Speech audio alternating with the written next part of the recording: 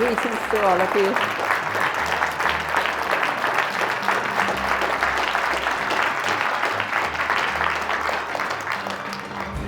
So why do I, trained as a quantum physicist, work on seed freedom?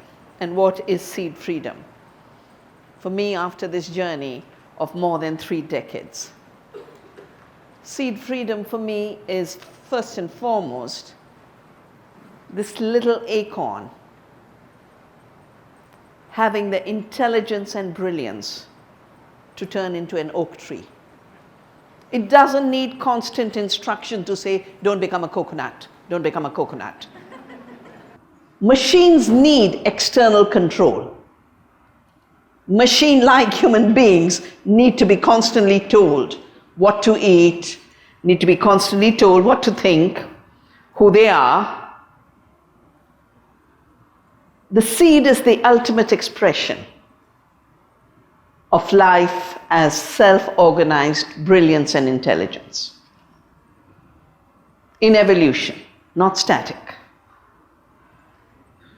So the mechanistic view of the universe basically is a very recent error.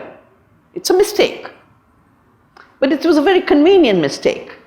Because if you declare nature as dead, then you can't kill her, right? She's already dead. And very close to here, the New England governor, Boyle, had said, the idea of reverence for nature is a major impediment over our empire over inferior creatures. Now, the inferior creatures, of course, meant all life, the trees and the plants, the bison. The mistake was, why was the bison not associated with rights? Because she wasn't in prison. That was development. To let a bison roam free over the prairies was a defective part, and inferior creatures included the First Nations.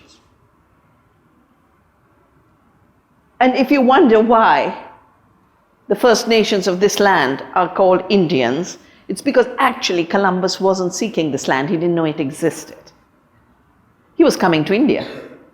You know, we were the source. We were 25% of the global economy when the British came.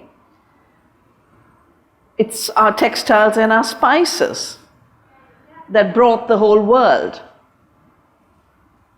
We used to send this out. But then the colonizers thought, wow, if we could control it, the wealth will be ours. I worked on forest issues in Western Ghats, which is the spice belt. It's called the pepper queen. A sack of pepper seeds used to be exchanged for a sack of gold. A sack of the indigo, that before the chemicals, synthetic chemicals and dyes, a sack of indigo used to be exchanged for a sack of gold. These were the reasons colonization happened. And when Columbus landed here, discovered, I really feel this continent could do with getting rid of the idea that Columbus discovered America. It was there, and there were people. Of course, he called the First Nations Indians. And very often when I have worked with the First Nations, Winona LaDuke, who came to me to help with the fighting of the patent on the wild rice, we did so many events where he said, let the Indians of the world unite, which means anyone colonized, which is all of us, every one of us. And the latest colonization is through the seed and through our food. The most concerned people about their diets forget the simple fact that food begins in seed. You eat rice, it has to begin in a rice seed. You eat wheat, it has to become in a wheat seed. And the quality of the seed determines the quality of food, along with all of the interactions that make the seed. This acorn is not isolated from the soil organisms that nourished the oak tree. It's not isolated and separate from the pollinators that made the fruit. You cannot separate it from the sunshine that allowed the photosynthesis to happen.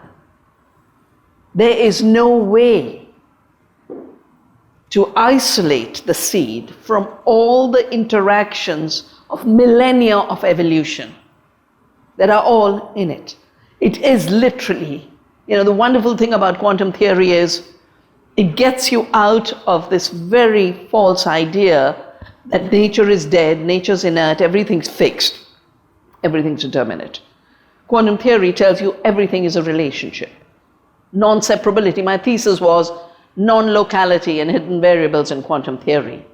Non-separability is the nature of reality. You cannot separate. And potential is the nature of reality. Nothing's fixed. So right now we are going through a world situation of the potential for hate and the potential for fear. But we've been through these waves before, and we cultivated other potentials.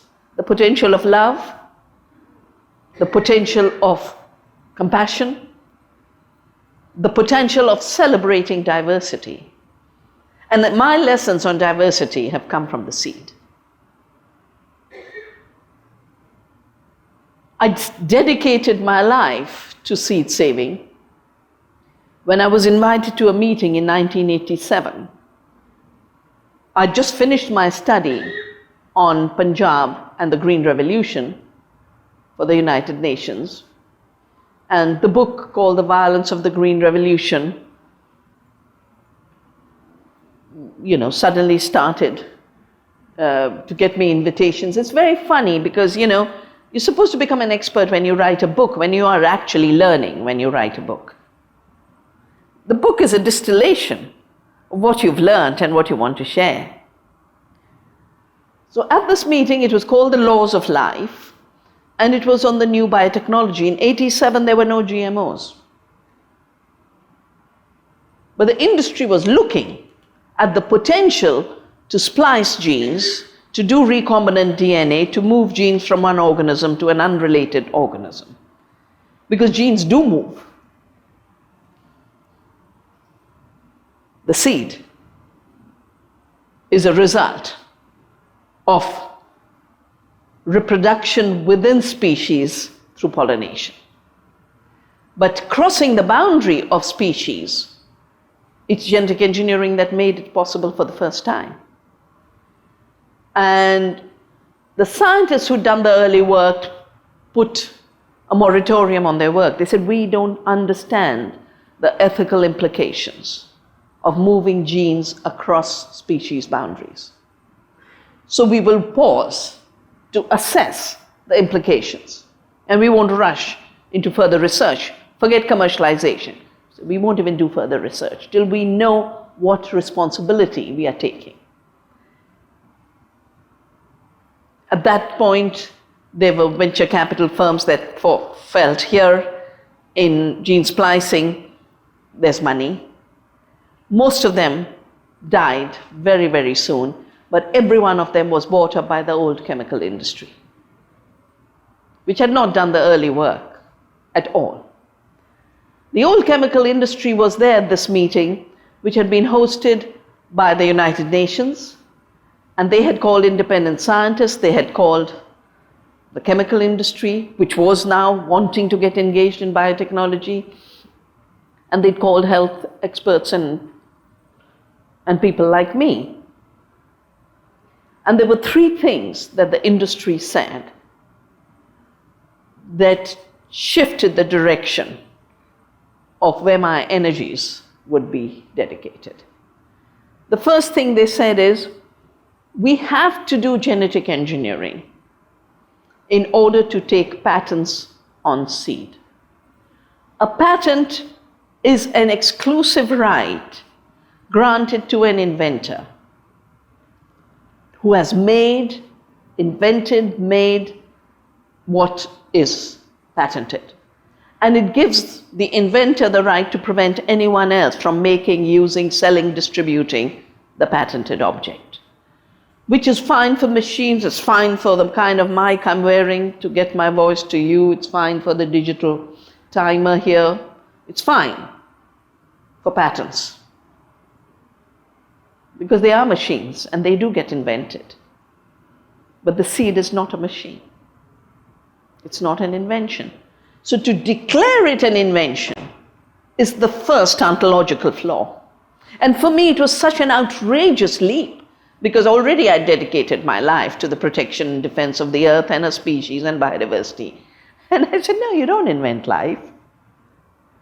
And the reason they were doing genetic engineering was not because they had a GMO in their hands, but because they were seeing what exclusive rights to seed and monopoly on seed would bring them. They also said they were too small. Now we are talking about the time when Monsanto was just a chemical maker, Ciba was separate from Sandoz, Astra was separate from Imperial Chemical Industries. They were all giants, but many, many, many giants. And they said, we are too small. We have to merge. And by the turn of the century, we'll be 5 giants controlling food and health. They put it together. And the ones who will win, the giants who will win the race, will be the ones who have the highest number of patents in their hands.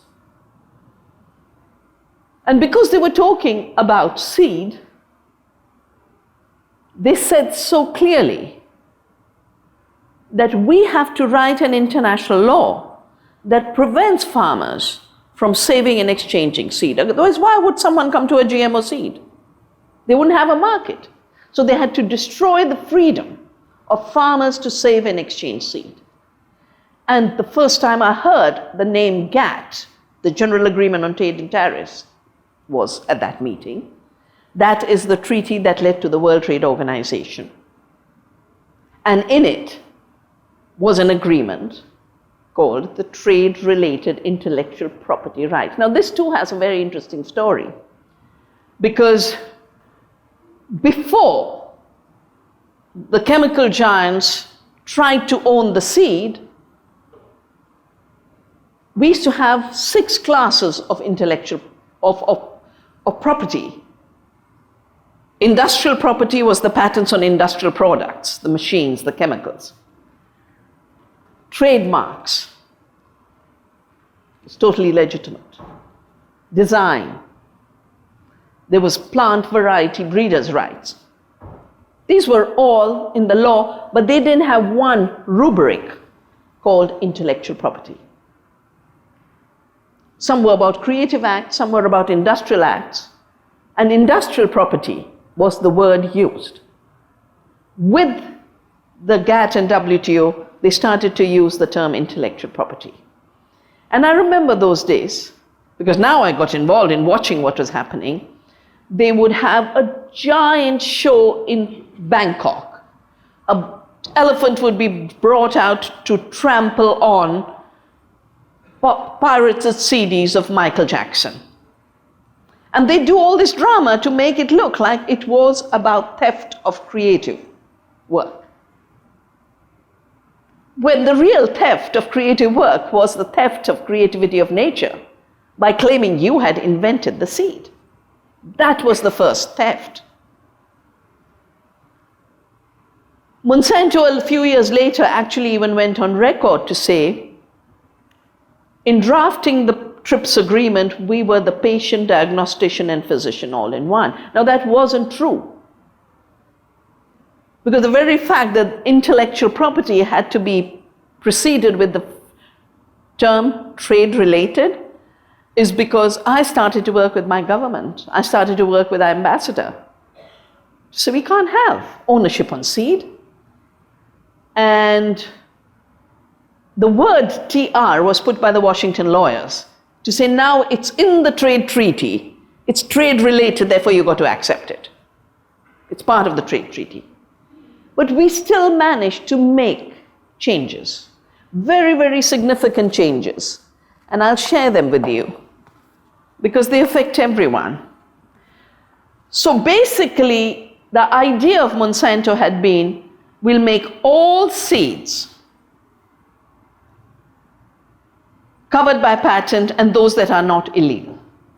And when they said we are the patient, diagnostician, and physician all in one, we defined a problem, we offered a solution, we got our government to accept it, and our government took it to Geneva, to the GATT, which became the WTO. When they're talking about themselves being the patient, you know what their disease was? That farmers save seeds. Farmers saving seeds was Monsanto's problem. And the solution was farmers saving seeds should be made illegal, and intellectual property was the tool. But we managed, largely through the Indian GATT ambassador of that time, Mr. S.P. Shukla. I just visited him, he's very old now.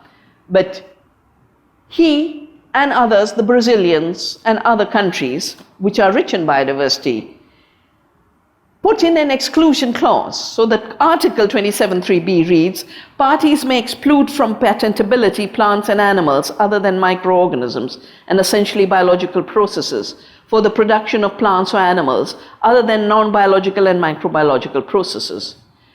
However, parties shall provide for the protection of plant varieties either by patents or by an effective sui generis system, or by any combination thereof. Terribly boring, but very significant for life on this planet. Because if it had been written the way Monsanto wanted to, all life was going to be subject to patent. Having put the exclusion clause, I started to work with my government on the laws. Of course, even before working on that, I decided I'm going to save seeds. And I really had a chill when they said, we're too small, we're going to be 5 companies controlling food and health, and patenting of seed will be our tool of becoming these giants. It was a scary idea. And my mind went to Gandhi. The empire, the British Empire, which controlled all of this land. And you had the Boston Tea Party, remember? Little tea party down there. The empire of the British East India Company was a cotton empire. It was the narrative has been made to look like it's the mills of England that created the empire. No, the mills came 200 years later. First came colonization, taking the land of the First Nations, capturing people on the African continent to bring them to work in the cotton plantations as slaves. Of course, colonizing India, destroying our textiles. In our history books, we used to read that the thumbs of the weavers, when you move the shuttle, you need your thumb. They cut the thumbs of the master weavers so they couldn't teach the next generation 5-weave.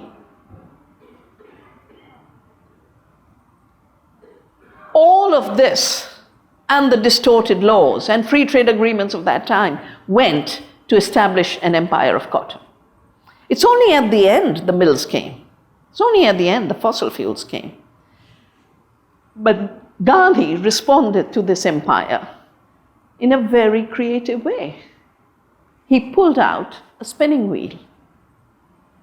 He said, we are colonized. By destroying our ability to make cloth, we are forced to consume the mill-made cloth. But we can be free if we make our own cloth. And when people would laugh at him and say, how do you think a few pieces of wood will bring you freedom from the huge military empire? And he said, it's the only thing that can. Because it'll be in the hands of the last woman in the poorest house. And when the last person starts to join the movement for freedom by making their own cloth, we will be free. So, I'm trained in physics and math, so I made a matrix. I said, first industrial revolution, empire of cotton, raw material is cotton. Spinning wheel is the symbol of liberation. The chemical revolution came. Poor Rachel Carson tried to wake us up. We didn't wake up to the level we should have. And now the third industrial revolution was the industrialization of life. And the fourth industrial revolution is the 5G waiting out there. The industrialization of life. I'm thinking in my head, I said, what would be the spinning wheel of today? And the seed appeared to me. I haven't attended a single class in biology. Everything I've learned about life is by living. Some young gentleman asked me before I came up, what do you specialize in? And I said, life.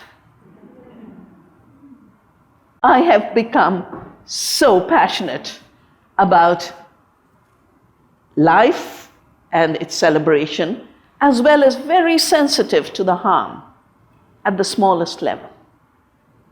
And the harm right now we are going through is so serious, because it really has given us this strange situation that food which should be nourishing us has become the biggest curse for our health and well-being.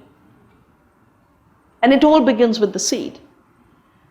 So I started Navdanya, the movement for seed saving. Navdanya means 9 seeds. And this too is a beautiful story. I just call it the seed-saving movement. From 87 to about 91, that's what I called it. Bij Bachao. Bija is the Sanskrit word for seed. It basically means that in which life arises on its own forever and ever and ever. That's the autopoiesis in that acorn. So the Bij Bachao Andolan carried on till I was doing a seed collection in a very remote area outside Bangalore. And this area had been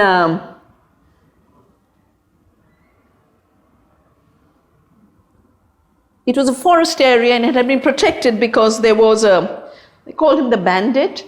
He was on Newsweek covers all the time for a while. He had big mush. Reynolds?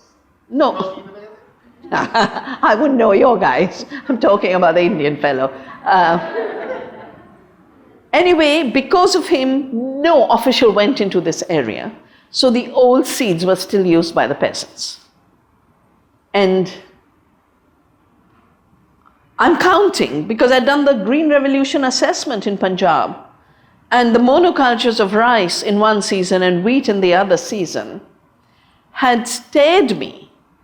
And I had also found it so strange that this was called high-yielding agriculture, because it was pathetic in biological yields. It was zero in biodiversity. In terms of life, there was nothing around. So I had become fascinated with diversity, and I would count. If I saw a field with 3 crops, I'd count the 3 crops. And in this particular case, I started to count this tribal peasant's field, and there were 9 crops. I said, wow, you're growing 9 crops. And he says, yeah, Navdanya. And I said, you speak like there's some deep meaning. And he says, don't you know you're educated? I guess because I was educated, I didn't know. Because education very often has a way of making you forget the basics. And he explained to me that the 9 planets, because in India, in Indian cosmology, we have the 7 plus the 2 shadow planets for accurate astrological predictions. So the 9 planets and the 9 crops in my field and the balance in our bodies is one continuum of harmony. And when I grow the 9 crops in my field, I am taking care of the cosmos, and I'm taking care of my family's health. That's the day I named our movement Navdanya. But Navdanya, pronounced slightly differently, can also mean the new gift. Nav can be 9, and Dhan is the seed. Nav can be new, and dan is the gift. So we see in our movement of Navdanya the gift, reclaiming the gift of the commons in the seed. Because the idea of patenting is a privatization of the seed. So we've created more than 150 community seed banks around India and around the world now, because as laws would change in different countries, people would turn to us and ask for help. We've built a seed freedom movement, and I'd welcome all of you to go to both the website of navdanya.org to see what we do in India, but as well as the Seed Freedom website, and become a part of this extremely important movement. Well, in India, because I was the only one making so much noise about this, I would be called by government, and we wrote the law on plant variety protection. And I said, but farmers are the first breeders. After all, they could take one wild plant called the Oryza sativa and turn it into 200,000 rice varieties. 200,000, just think of the number. In Navdanya, we've saved 4,000. Or in Mesoamerica, they could take one wild plant called Theosinte and turn it into the thousands of corn varieties that they have and they love. They call themselves, in Mexico, I've been for many public hearings around the issue of GMO corn and keeping it out, and they have kept it out. And once, I remember this was in Oaxaca, there were these beautiful young girls dressed up in their traditional clothing, and they were all carrying placards. We are the people of corn. And they feel it so deeply that they have managed to generate so much energy. Even when a president had signed 6 million acres of Mexico to Monsanto's GMO corn, they managed to undo that decision. And they still have court cases that have a ban on GMO corn. Of course, the GM corn is dumped as food, but the growing of it is still prohibited. So we managed in India to put farmers' rights as breeders in the law. That was the sui generis option. And in the option of excluding plants and animals and seeds from patenting, this is the clause. Plants and animals in whole or in any part thereof, other than microorganisms, but including seeds, varieties, and species, an essentially biological process for production or propagation of plants and animals, are not inventions, therefore they are not patentable. Now, we got this law into place, but Monsanto went round to Indian seed companies claiming they had a patent and writing license agreements that they could not sell any other seed but the GMO BT cotton seed and pay Monsanto a royalty. All I knew, the seed prices were going up. I didn't have these secret contracts between the companies. But I knew the seed price of cotton had jumped from 5 rupees to 4,000 rupees a kilogram. They sell it in 450 gram packages. Divide 4,000 by 5. It's 80,000% jump. Farmers didn't have the money. But video vans would go into the village with packages of these seeds, with paper to say, just put your thumbprint here, take the seed on credit, you're going to be a superman. For the first round, they tried to turn all our divinities. And in India, we have so many divinities. I'm trying to turn our crores and lakhs into millions. But we said 300 crores, which is 3 billion. That's the number of species on this planet.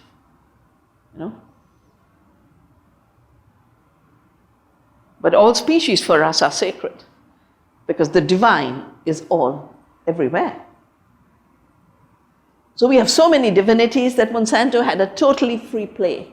They took Guru Nanak and had him market their seeds in Punjab. They had Hanuman market for them in Vidarbha. And I remember, to the Advertising Council, I said, you can't allow this. And that was stopped. Then they adopted Superman. You'll be a Superman. And innocent peasants, when they see a god telling them, buy the seed, they take it. It would fail once, it would fail twice, it would fail thrice. The poor peasant would keep changing the name of the company, not realizing that all the companies are locked in licensing arrangements. So there was only BT Cotton from Monsanto.